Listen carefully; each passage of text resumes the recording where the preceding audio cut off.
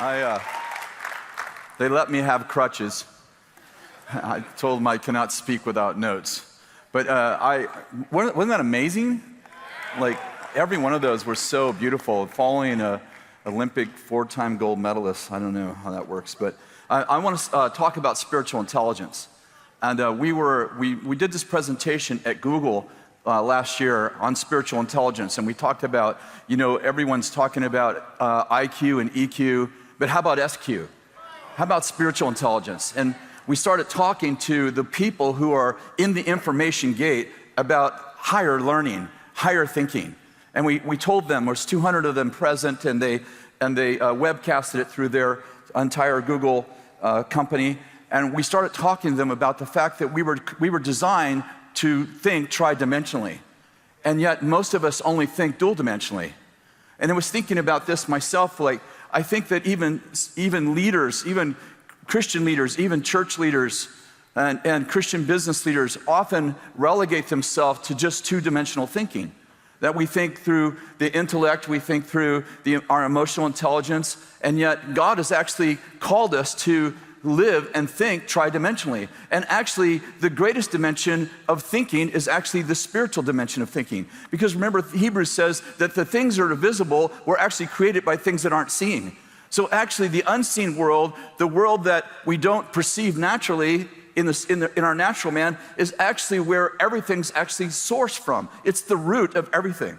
So sometimes when we're only thinking dual dimensionally, sometimes we're not thinking of actually root causes and root situations. We're actually thinking about the fruit, but not the root. And so I want to talk a little bit about tridimensional thinking. In Ephesians chapter 4, verse 23, Paul says, be renewed, get this part, in the spirit of your mind. And by the way, this is a little side note, but I actually think that this whole idea of teaching people that there is a third dimension to thinking, I think we're going to learn how to solve diseases, some mental illnesses that are actually unperceived because we're treating only two dimensions. And I actually believe that there are some people who are sick in the third dimension of their mind. I'm not talking about an evil spirit. I believe in evil spirits, and I do believe that evil spirits affect people's minds. I'm talking about the third dimension of their mind. Actually, the third dimension of their mind, there's something wrong with it. It's sick, and I think we're going to find that, that schizophrenia and some of these diseases that have been uncurable are actually going to become curable as we begin to access God's thinking in the area of actually how do we heal the third dimension of some people's minds. So Paul says, be renewed in the spirit of your mind. And so he's talking about that there's a dimension of our minds that we can actually be renewed in, that we can proactively tap into that one place and renew that place in our minds. And I really think this is where we're going in the whole innovation. And we're in the information age, so how many know whoever controls the information gate controls the world? And we're seeing that, social media and everything that's coming out, and now we have AI, automated reasoning, all these kind of things that are kind of getting scary. And how many know we need to get in there with another dimension of thinking and begin to answer questions no one's able to answer. In fact, some people not even asking those questions. In the 1 Samuel chapter 16, there's the story that you're probably familiar with of Samuel, the prophet, going to Jesse's house to find a king. Do you remember the story? And he knows he's supposed to go to Jesse's house, and he gets to Jesse's house, and Jesse seems to have 7 sons. We know he has an 8th son, but he seems to have 7 sons, and so the prophet marches the sons in front of him, and he sees Eliab, who's the oldest, and the Bible says that he's head and shoulders, he's 6 to 8 inches taller than everyone. He looks kingly, and he gets the oil, and he's about to anoint Eliab king. And the Lord goes, Samuel, don't look as man looks. In other words, Samuel's thinking from EQ and IQ. He's thinking, this guy looks intelligent. He seems like he's got it all happening. He's got charisma. He looks like the people's choice. And God goes, you're thinking from the wrong dimension. Tap into another dimension. Tap into the dimension I gave you. Tap into the dimension that you have a corner on right now. And so he marches the other 6 sons in front of him, and he seems to not have been at the right house. And he says to Jesse, are these all your sons? I'm sure he's thinking, maybe I got this prophetic thing wrong. Maybe it's not Jesse's house. Maybe it's Jackson's house, you know? And it started with the J. I'm pretty sure it was, is there another Jesse, you know? And of course, we know that Jesse says, well, I have one other son. He's out with the sheep. And so he says, well, go get him. And as he calls him, the story is that David is running towards the house, and the Bible describes him as handsome and ruddy. Actually, the connotation in the Hebrew is, he doesn't look keenly. And God goes, that's the guy I chose. And by the way, I'd like to remind you that David, in the Psalms, he says, I was conceived in sin, and on sin I was brought forth. David was the illegitimate son of Jesse, which is the reason why Jesse didn't bring him to the inauguration. He didn't want the prophet to know that he had an illegitimate son. And God goes, that illegitimate son, he's the one I've chosen. Which tells us again that God doesn't think like we think. And I love that part. It's important that we start to train ourselves. So like, how do I tap into this? What do you actually, are you saying? Like, you know, like, okay, it's nothing's coming, you know, nothing's coming. And first of all, I want to say, we simply, first of all, have to press in to, let me read it to you what I wrote. We have to train ourselves to think tridimensionally. You'll have to press past the temptation to accept the outward and or the obvious as the only solution. Let me say that oftentimes the reason we don't press in to the tridimensional, the SQ, is because there seems to be an IQ or an EQ answer. There seems to be an ELIB. Like there always seems to be an ELIB. It's like, I see ELIB and I go, okay, I'm not going any further. And I think that I call it the spiritual power pause. Like sometimes we have to go, oh, maybe it's not ELIB. It seems like it should be obviously, he looks like a king. The people want him to be king. It's probably ELIB. But sometimes I have to just stop for a minute and say, but is that God's answer? What I'm getting at is sometimes we don't tap into it because we just don't do the power pause.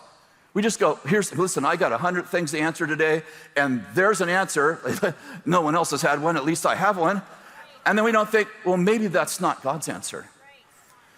So we have to remind ourselves that there is an answer. And the second thing is, we have to tap in to we have to actually take the next step and begin to tap into the gifts that the Lord's given us. And I would remind you of the gifts of the Spirit and the mind of Christ. These are dimensions of the Spirit that we just have to take a minute to tap into and realize that we actually have access to them. So first, we have to remember, like, the obvious answer may not be the answer. And secondly, we have to remind ourselves, I actually have access to another dimension. I mean, I have to actually stop and say, wait a second, let's access the other dimension. In Exodus chapter 31, it's a favorite story of ours around here. It was the guy who was first filled with the Spirit in the entire Bible was named Bezalel or something like that. It says that he is filled with the Spirit in wisdom, understanding, and knowledge for craft to craft arts, designs in gold and silver and bronze. I mean, this guy was anointed with the Spirit to do practical things.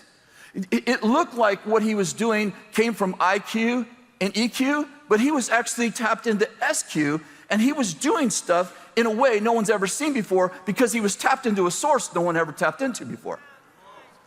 And here's what I'm going, like, he was doing practical stuff through a spiritual dimension. Let me say that one more time. He was doing practical stuff, carving. I mean, how many people tap into God for carving? At least beyond the natural gift I have. And this guy was tapping in to get designs. It says he was getting designs from a spiritual dimension. That's pretty amazing. Years ago, Bill was teaching us when the first year that I met Bill, he did a series on the gifts of the Spirit and actually taught us about the 9 gifts of the Spirit in 1 Corinthians 12 and 14. And we were learning about words of knowledge, and we were a very small church at the time. When Bill came to Weaverville, we were 40 people. And we had a day service And then as we started growing, we had a night service, and the night service was more like activation. So we would learn something, then we would try it on each other. And so we were learning like words of knowledge, like how to get a word of knowledge, and we were practicing on each other. And at the time, I had an automotive repair shop, and I was the diagnostician. I was the guy who diagnosed the problems. This is the early years of computers. And it was very, very difficult because most guys were mechanics and not technicians because of what we grew up in. And so we would get some really, really tough cars to fix, and there wasn't a lot of equipment in those days to fix those cars, and not a lot of background on how to actually fix those cars. And so I had this particular truck that belonged to Sierra Pacific, which was my largest account. They had 22 trucks, and they were in all the time. And they had towed this truck in on a Friday, and I'd spent all day. It wouldn't start. I'd spent all day trying to get it to start. And I actually got the dealer on the phone, spent 2 hours with the dealer checking everything. They actually faxed me a whole diagram of the wiring diagram. I had been through the whole thing. I literally went back Friday night, spent all Friday evening trying to fix it. They needed it for Monday. I worked on it Saturday, could not fix it. Bill did this message on word of knowledge. We did some practice on Sunday night. And Monday morning, I woke up with that, that knot in your stomach, like you have something you had to fix, but you don't know what to do. And so I was like, maybe I should just have it towed to the dealer. I don't know what else to do. And I just had this thought. I wonder if words of knowledge work on trucks.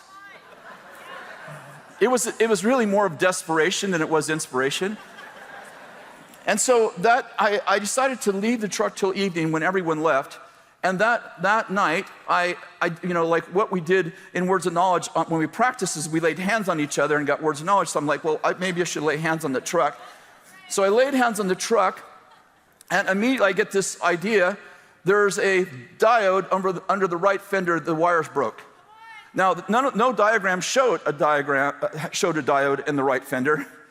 And so therefore I had not looked. I took it up in the air, and underneath a whole bunch of, the covering, the black tar they spray in there, the undercovering, undercoat. I looked, and there was a wire broke. I soldered the wire together. The truck started right up. And from there on, I made money off the word of knowledge.